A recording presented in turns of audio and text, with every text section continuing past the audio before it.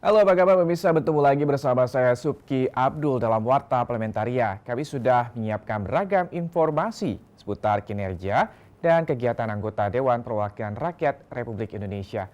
Inilah Warta Parlementaria selengkapnya.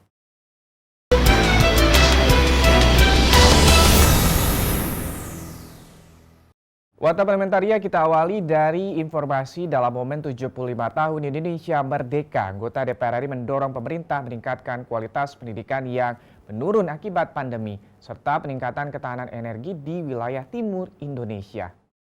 Ditemui usai sidang tahunan MPR serta sidang bersama DPR dan DPD dalam rangka Hari Ulang Tahun Republik Indonesia ke-75. Di Gedung Nusantara DPR RI, Wakil Ketua Komisi 10 DPR RI Abdul Fikri Fakih mendorong pemerintah memberikan hak pendidikan yang berkualitas kepada seluruh rakyat Indonesia, khususnya generasi bangsa yang sedang mengenyam pendidikan di masa pandemi. Hal tersebut karena dampak pandemi pada turunnya kualitas pendidikan akan segera dirasakan setelah dunia berhasil melewati krisis kesehatan akibat pandemi COVID-19.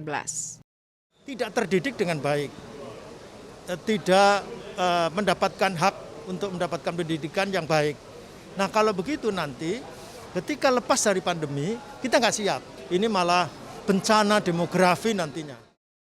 Dalam kesempatan yang sama, anggota Komisi 7 DPR RI Ina Elizabeth Kobak mengkritisi selama ini pemerintah lebih fokus membangun infrastruktur jaringan gas di wilayah selain Papua. Masih banyak penggunaan minyak tanah di Papua. Pemerintah segera merealisasikan jaringan gas di Papua sebagai wujud konkret pemanfaatan energi baru terbarukan di Indonesia. Kami di Papua untuk gas sendiri belum semuanya merasakan. Kami berharap untuk Papua juga bisa menggunakan energi terbarukan. Tim Liputan TVR Parlemen melaporkan. Kita ke informasi selanjutnya. Badan Legislasi atau Balek DPR RI memastikan belum membahas klaster ketenagakerjaan dalam rancangan Undang-Undang Omnibus Law Cipta Kerja. Kalangan pekerja atau buruh pasti dilibatkan untuk menjadi perhatian dan masukan dalam pembahasan rancangan undang-undang tersebut. Ditemui di Gedung Nusantara 1 DPR RI Jakarta, Ketua Balek DPR RI Supratman Aktas mengatakan, saat ini pembahasan DIM rancangan Undang-Undang Omnibus Law Cipta Kerja masih bersifat redaksional dan belum memasuki substansial. Panja rancangan Undang-Undang Cipta Kerja akan mengundang seluruh serikat pekerja yang ada di Indonesia untuk mendengarkan aspirasi dan masukan pekerja, di antaranya penghapusan upah minimum padat karya, pesangon, dan perjanjian kerja paruh waktu. Artinya ada 2.000 DIM yang substansial. Bisa dibayangkan tuh yang substansial. Sudah berapa lama kami kerja ini baru menyelesaikan DIM yang bersifat tetap dan redaksional. Bagaimana kalau yang substansialnya? Pasti lebih rame. Lebih lama dan lebih ramai. Nah, gitu. Ketua Balek DPR RI Supratman Aktas optimis rancangan Undang-Undang Omnibus Law Cipta Kerja tidak hanya memfasilitasi kalangan pekerja atau buruh, melainkan juga pegiat lingkungan. Supratman kembali menegaskan pembahasan rancangan Undang-Undang Cipta Kerja dilakukan secara terbuka, bahkan disiarkan langsung melalui TV Parlemen. Menghadapi situasi pandemi seperti sekarang, kita tentu tidak berharap hari ini bisa tiba-tiba Undang-Undang Cipta Kerja bisa menjadi jalan keluar. Tapi kan kita harus punya rasa optimisme dong, punya rasa harus kita carikan jalan keluar yang terbaik. Mudah-mudahan ini bisa menjadi salah satunya. Walaupun kami yakin tidak mungkin memuaskan semua pihak. Septia dan Bani, TVR Parlemen melaporkan. Pemirsa, 75 tahun Indonesia Merdeka, DPR bersama pemerintah berkomitmen menanggulangi pandemi COVID-19 dan mendorong seluruh elemen bangsa untuk berjuang melawan pandemi COVID-19. Ditemui jelang sidang tahunan MPR serta sidang bersama DPR dan DPD dalam rangka Hari Ulang Tahun Republik Indonesia ke-75. Anggota Komisi 9 DPR RI Saleh Partaunan Daulay menyampaikan, Hari Ulang Tahun Republik Indonesia kali ini, perjuangan masih harus dilakukan oleh seluruh pihak dalam melawan COVID-19, baik pemerintah maupun masyarakat. Kita harus betul-betul berupaya melakukan apapun yang kita bisa untuk melawan COVID-19, termasuk diantaranya tetap harus jaga jarak, cuci tangan yang bersih, kemudian kita harus tetap sering-sering katakanlah kalau ada rapid test dan lain sebagainya itu supaya kita tahu seberapa besar persoalan yang sedang kita hadapi yang terkait dengan COVID-19. Dalam kesempatan yang sama, Wakil Ketua Komisi 6 DPR RI Gede Sumarjaya Linggi menyampaikan DPR dan pemerintah sudah berupaya menanggulangi dampak sosial, ekonomi, dan kesehatan melalui dukungan regulasi dan anggaran. Selain itu, DPR dan pemerintah juga akan berupaya meningkatkan subsidi kepada masyarakat, khususnya yang terkait infrastruktur, listrik, dan energi. Kepentingan masyarakat misalnya seperti kepentingan infrastruktur, ya listrik, ya energi, itu semua kita berusaha untuk lebih besar mensubsidinya. Nah, ada memang kemarin dengar ada. Tim Liputan TVR Parlemen melaporkan. Jangan kemana-mana pemirsa, karena kami masih memiliki banyak informasi lain dalam Warta Parlementaria. Di antaranya datang dari DPR RI yang meminta pemerintah memberikan kebijakan yang tepat dalam menghadapi resesi ekonomi setelah jeda. Berikut ini.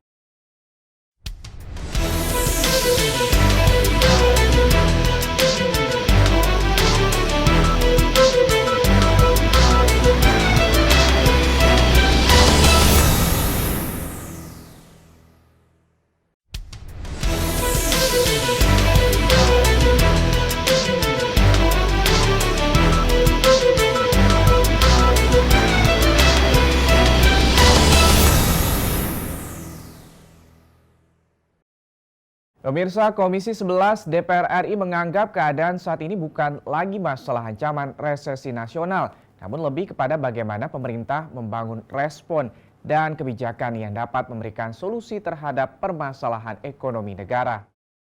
Ditemui usai menghadiri dialektika demokrasi terkait resesi ekonomi di Indonesia, anggota Komisi 11 DPR RI Muhammad Misbakun mengatakan, saat ini Indonesia memang sedang mengalami resesi ekonomi akibat pandemi COVID-19. Dan dirinya meminta agar pemerintah betul-betul memberikan solusi terhadap permasalahan resesi ekonomi ini. Misbakun yakin pemerintah akan terus berupaya melakukan perubahan dan koreksi terhadap kebijakan yang sudah ada, guna menyelamatkan ekonomi masyarakat di tengah pandemi COVID-19 tersebut. Secara teknikal kita memang resesi, secara teknikal ya. Tapi itu kan sudah bukan masalah ini resesi atau bukan, tetapi bagaimana kita membangun respon dan kemudian kebijakan-kebijakan yang memberikan solusi terhadap permasalahan ekonomi yang sedang kita hadapi. Pemerintah secara sungguh-sungguh ingin menyelesaikan permasalahan ini.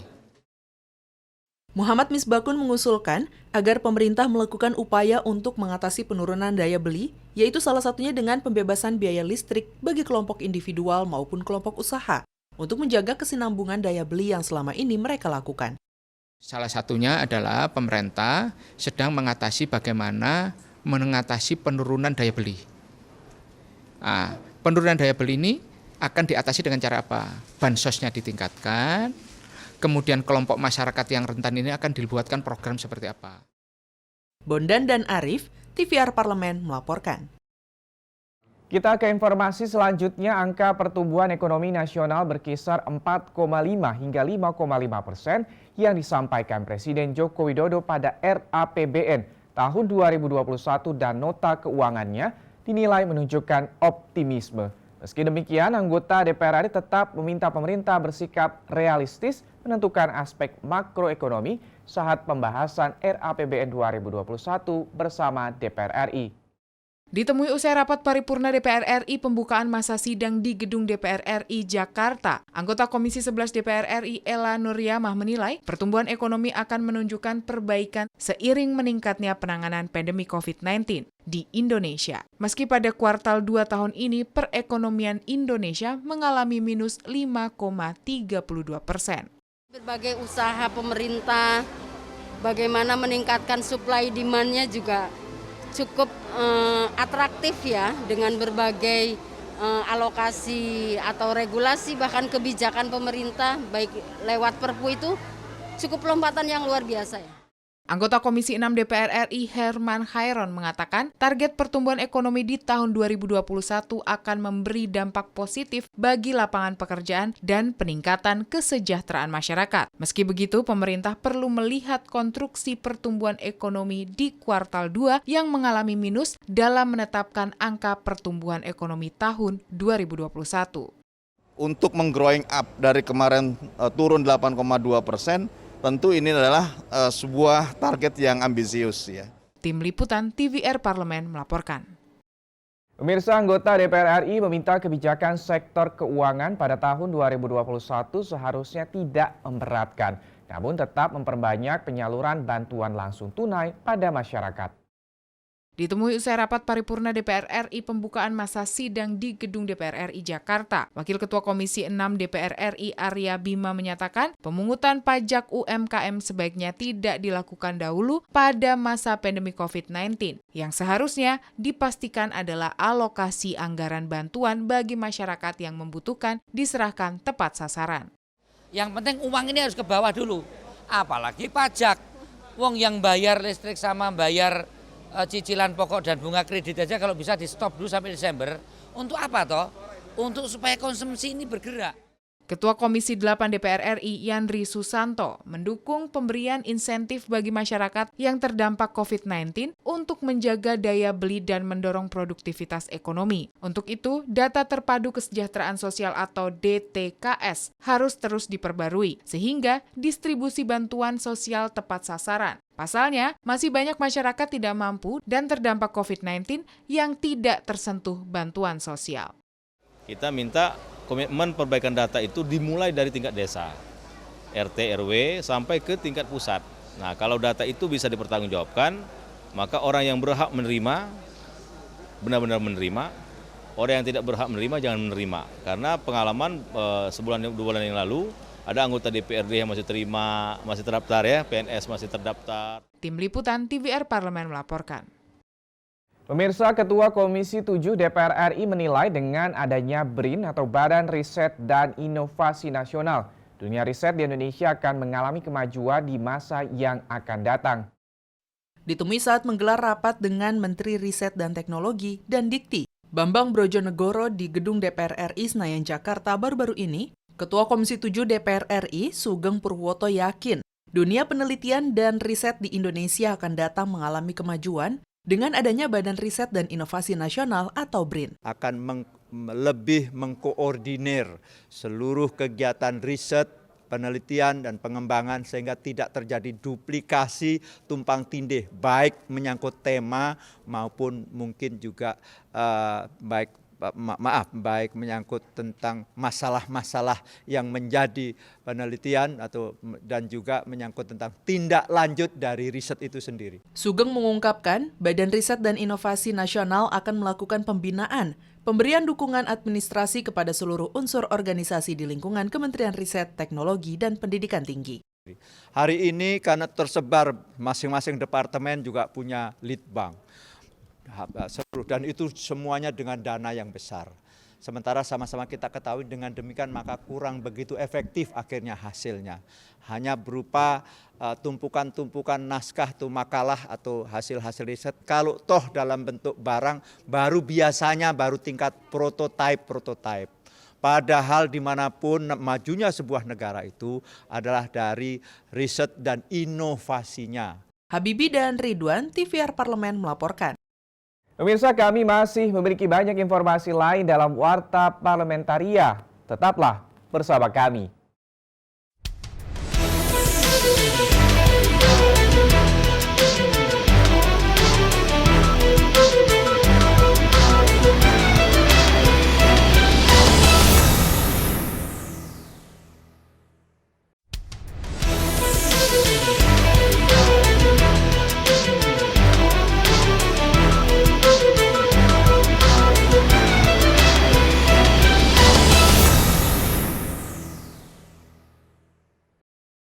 Informasi berikutnya datang dari Komisi 2 DPR RI yang meminta pemerintah menyelesaikan seluruh proses seleksi calon pegawai negeri sipil yang telah dimulai sejak tahun 2019.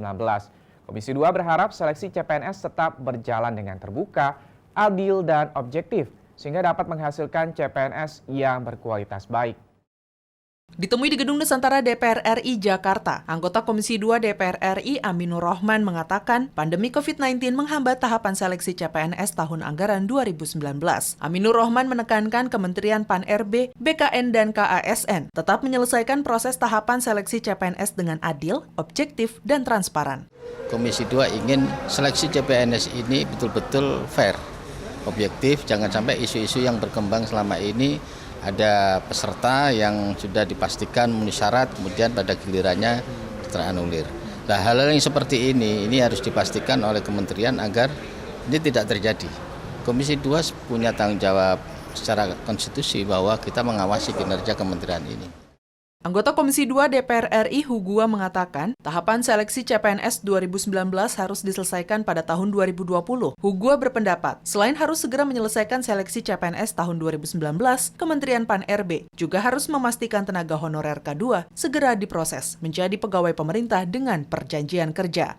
Mungkin sekitar setelah ini Juli kan ini ya, berarti Agustus September lah akan mereka selesaikan. Nah, yang berkaitan dengan tenaga honorer khususnya K2 kan kurang lebih 430 lagi yang harus pemerintah selesaikan ya.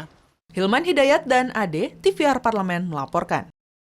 Pemirsa, DPR RI melihat perayaan ulang tahun Indonesia ke-75 tahun ini dalam perspektif yang berbeda. DPR RI mendorong masyarakat saling bergotong royong agar mampu bertahan dalam melewati pandemi COVID-19. Ditemui jelang sidang tahunan MPR, DPR, dan DPD RI, anggota Komisi 1 DPR RI Yan Permenas Mandenas menyadari perayaan Hari Ulang Tahun Republik Indonesia kali ini tidak dapat dirasakan semua pihak karena masyarakat tengah fokus bertahan dari pandemi COVID-19. Yan Permenas pun optimis, tantangan yang kali ini dihadapi Indonesia dan dunia global bisa terlewati jika masyarakat saling bergandeng tangan membantu satu sama lain. Dengan semangat proklamasi, ya, tentunya dengan menghadapi masalah pandemi COVID-19 pada kemerdekaan RI yang ke-75 ini membuat kita semua untuk kembali merefleksikan diri ya, dan membangun kekuatan bersama ya, dengan semangat kegotong royongan agar masyarakat Indonesia bersama pemerintah tetap bersatu bangkit untuk membangun bangsa kita kembali dalam situasi pandemi COVID-19. Anggota Komisi 10 DPR RI, Ledia Hanifa Amalia menilai, pemerintah belum maksimal fokus pada pengembangan sumber daya manusia. Hal ini terlihat dari subsidi anggaran pendidikan yang masih minim. Selain itu, aksesibilitas terhadap pendidikan juga belum diperhatikan dengan baik. Bantuan untuk pendidikan itu adalah bagaimana penyediaan aksesibilitas untuk belajar jarak jauh. Yang ketika bicara soal aksesibilitas jarak jauh, semestinya Kementerian Pendidikan dan Kebudayaan bekerja sama secara masif dengan Kementerian Kominfo, penyediaan internet secara masif di Indonesia. Tim Liputan TVR Parlemen melaporkan. Warta Parlementaria kita tutup dengan informasi dari Komisi 4 DPR RI yang mendorong Pelabuhan Perikanan Nusantara Kejawanan Cirebon melakukan penataan ruang yang baik terhadap lingkungan guna menjadikan pelabuhan sebagai objek wisata bahari. Anggota Komisi 4 DPR RI Endang Setiawati Tohari menilai perlu penataan tata ruang dan kebersihan lingkungan harus dilakukan dengan baik, serta sosialisasi edukasi kepada masyarakat dan kearifan lokal serta kebudayaan harus ditingkatkan. Nah, ini yang harus disosialisasikan terlebih dahulu sehingga masyarakat siap menerimanya. Karena kalau tidak, kalau ada top down policy, biasanya masyarakat belum siap menyesuaikan keadaan yang diinstruksikan dari pusat. Jadi menurut saya, kearifan lokal dan budaya setempat harus ditingkatkan terlebih dahulu, disadarkan. Sementara itu, anggota Komisi 4 DPR RI Muhammad Syafruddin mengatakan, dalam pengembangan wisata bahari Pelabuhan Kejawan sangat dibutuhkan master plan yang baik dan ramah akan lingkungan. Program wisata bahari diharapkan akan dapat memberikan nilai tambah ekonomi, sehingga dapat meningkatkan kesejahteraan masyarakat setempat. Ini kan pelabuhan niaga, kemudian pelabuhan nelayan, kemudian ada rencana untuk menjadikan ini sebagai salah satu destinasi wisata. Ini kan posturnya harus kita buat yang bagus gitu, supaya tidak saling bersinggungan antara niaga, kemudian nelayan, kemudian masyarakat berwisata. Bagaimana konstelasi kegiatan niaga, kemudian ada kegiatan nelayan, tapi ada juga wisata. Nah, ini yang perlu kita buat posturnya supaya menarik dilihat untuk bisa dinikmati bersama gitu. Dari Provinsi Jawa Barat, Mario Hasiholan, TVR Parlemen melaporkan. Pemirsa, demikianlah beragam informasi seputar aktivitas DPR RI yang sudah kami susun dalam Warta Parlementaria. Saya Subki Abdul beserta seluruh kerabat kerja yang tugas undur diri. Terima kasih atas perhatian Anda. Wassalam.